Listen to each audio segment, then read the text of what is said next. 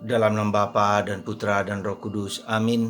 Allah Bapa di surga, kami mengucap syukur dan terima kasih karena Engkau memberikan kami contoh seorang wanita yang selama 30 tahun berjuang, berdoa dengan darah dan air, dengan penderitaan, dengan ketabahan yang luar biasa. Santa Monica. Semoga kami juga, terutama para ibu, dengan penuh keberanian dan kegagahan menanggung penderitaan, menanggung suami dan anak-anak di dalam keluarga. Terpujilah namamu kini dan sepanjang segala masa. Amin. Para saudaraku yang terkasih dalam Kristus, hari ini kita atau gereja memperingati Santa Monica. Contoh yang sangat relevan untuk zaman sekarang, untuk situasi sekarang. Bagaimana beliau selama 30 tahun berdoa untuk suaminya yang kafir dan anaknya Agustinus yang hidupnya kacau balau. Dia berdoa dikatakan sampai menumpahkan air mata di tempat dia berdoa berlutut ke hadapan Tuhan.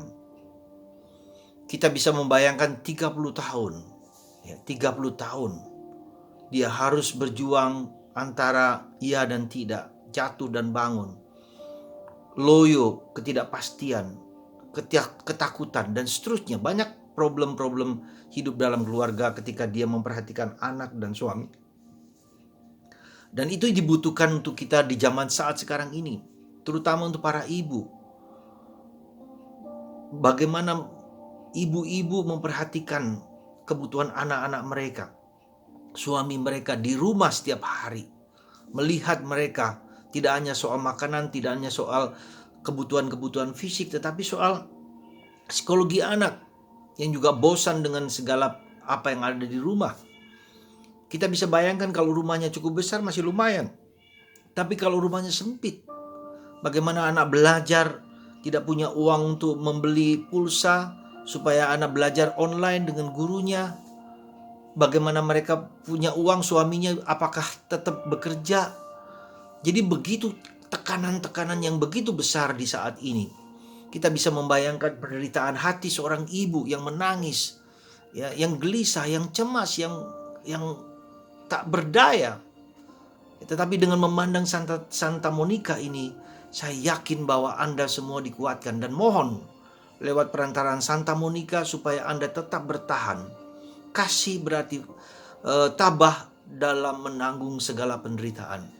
Dan itulah Santa Monica. Kita boleh berkata Santa Monica demikian, tetapi lebih daripada itu juga Bunda Maria. Ya, hampir 30 tahun juga dia berada di Nazaret bersama Yesus, bersama Yosef sehari-hari. Dia sebagai janda juga ketika Yosef meninggal. Apa yang ia lakukan bersama putranya Yesus? Ya. Apa yang kemudian kita bisa lakukan di situ? Kita lihat bahwa pengalaman Maria bersama Yesus bukan hanya pengalaman fisik bersama-sama, tapi pengalaman masuk ke dunia batin. Sehingga Bunda Maria tahu apa yang sungguh-sungguh menjadi hidup panggilan anaknya ini. Itu bisa kita contoh, bisa lihat dalam perkawinan di Kana. Bunda Maria tahu persis bahwa anaknya ini bukan hanya anak manusia, anaknya biasa. Tetapi ketika dia tahu bahwa dia bisa, Yesus mengadakan mujizat-mujizat yang tidak diketahui oleh banyak orang, tapi Maria tahu. Maka kehidupan, saya yakin kehidupan keluarga itu juga dipenuhi dengan rahmat, kelimpahan, karunia-karunia yang ia butuhkan sebagai keluarga.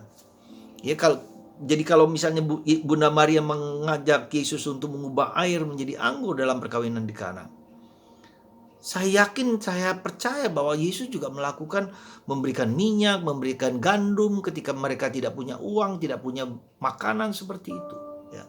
Jadi saudaraku yang terkasih, Bunda Maria 30 tahun kurang lebih bergaul, bergulat, jatuh dan bangun, dan mengerti, memahami penderitaan kehidupan Yesus. Nah, inilah koneksi yang begitu dalam antara Maria dan Yesus. Maka demikian juga koneksi yang sangat dalam antara Monica dan Agustinus anaknya. Anda betapa bahagianya seorang ibu ketika anaknya bertobat. Ya, saya pernah mendengar cerita ketika Santo Agustinus yang ditobatkan oleh Ambrosius, seorang uskup Milan yang sangat pandai, sehingga kepandaian Agustinus terkalahkan oleh nasihat dari Uskup Ambrosius. Dan di situ terjadi percakapan antara Agustinus dengan ibunya Monica. Lalu dia memberi pesan yang kurang lebih mempunyai dampak yang besar sekali bagi kita. Dikatakan begini, Santa Monica mengatakan ini kepada ibunya, hanya satu ini yang kuminta kepadamu, agar kamu mengenangkan aku di hadapan altar Tuhan. Inilah permintaan dari Monica kepada ibunya, supaya ia mengingat ibunya ketika Agustinus menjadi imam merayakan Ekaristi di altar. Waduh, ini suatu permintaan yang luar biasa dari seorang ibu yang menghargai Ekaristi. Dan Agustinus kita tahu kemudian bertobat, kemudian menjadi diakon, menjadi imam, menjadi uskup, dan menjadi bapak gereja yang sangat terkenal. Ya, kutipan-kutipannya sungguh luar biasa. Ya, hatiku tak akan tenang sebelum beristirahat dalam Tuhan. Suatu kutipan dari Agustinus.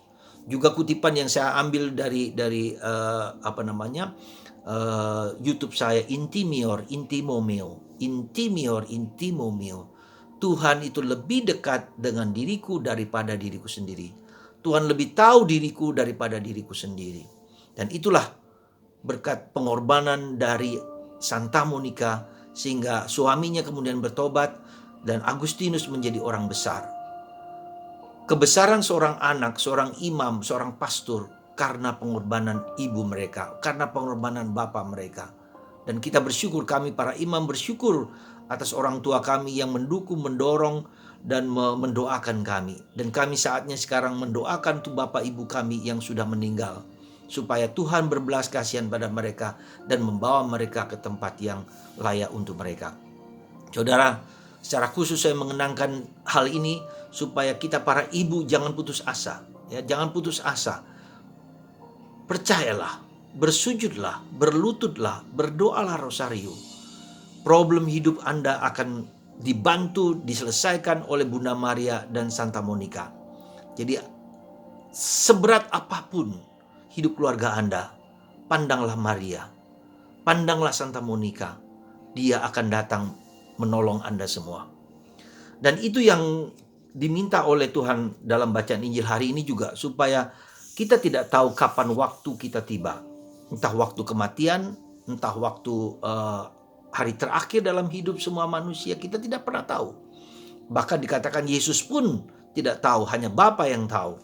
Maka ketika orang mengatakan dengan COVID-19 ini adalah awal atau menjelang akhir dari kiamat, jangan mudah percaya. Jangan mudah percaya, jangan Anda takut dengan kata-kata, dengan ungkapan-ungkapan yang menakutkan ini. Yang penting bahwa kita tidak melakukan ketidakadilan, kita tidak melakukan kejahatan, tapi kita berjuang melakukan yang terbaik, apapun yang terbaik yang bisa kita lakukan. Sebagai ibu, lakukan yang terbaik keluarga, sebagai bapak dalam keluarga, sebagai siapa saja, tugas-tugas Anda lakukan dengan sungguh-sungguh, pasti itu akan memberikan warna yang terindah. Saudara, itu jadi kita tidak tahu, yang penting kita membagikan hidup dalam kasih, hidup dalam rahmat, hidup dalam cinta, hidup dalam pengorbanan bagi orang yang lebih besar. Tentu kita sebagai ibu, sebagai bapak, sebagai saudara membutuhkan apa? Hiburan-hiburan secara pribadi. Tapi lihatlah hiburan itu dalam konteks yang lebih luas untuk keluarga, ya. Jangan menjadi egois dalam situasi seperti ini. Saya pun butuh, kita pun butuh. Orang harus memperhatikan saya, tapi perhatikanlah. Ketika kita memberikan cinta kepada suami, kepada istri, kepada anak-anak, cinta itu akan berbalik kepada kita. Seperti Santa Monica ketika dia berkorban 30 tahun dan akhirnya Agustinus mendoakan ibunya ke surga dan mendapatkan keselamatan sebagai orang kudus. Saudaraku yang terkasih dalam Kristus, apa yang pelajaran yang sangat berharga dari Santa Monica ini? Satu hal menurut saya adalah ketika kita menderita, ketika kita menderita sebesar apapun, buah dari penderitaan itu akan lebih besar kita dapatkan yang diberikan Tuhan kepada kita kalau kita menderita dengan tulus, dengan ikhlas, dengan rela, dengan ketulusan hati. Sekali lagi saya mengatakan, saudaraku terkasih, kalau kita menderita dengan tulus, dengan sungguh-sungguh, kita persembahkan kepada Tuhan dalam jatuh dan bangun, dalam penderitaan yang seberat apapun, hadiahnya itu akan lebih besar daripada penderitaan itu.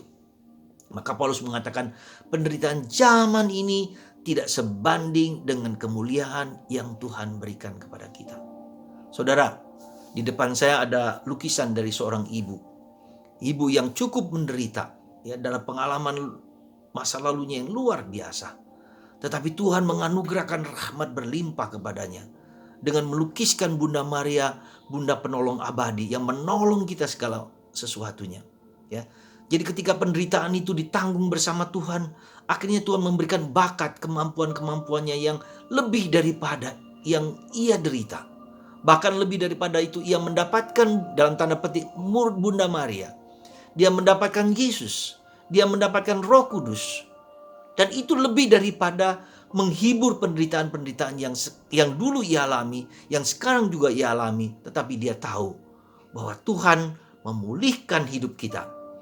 Sekali lagi, Tuhan memulihkan hidup kita kalau kita bertekun, bertahan bersama Bunda Maria. Datanglah Bunda Maria penolong abadi.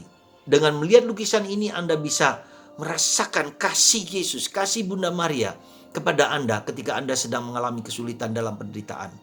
Saudara, saya yakin Anda semua, kita semua memiliki kekuatan itu karena Tuhan hadir selalu bersama kita.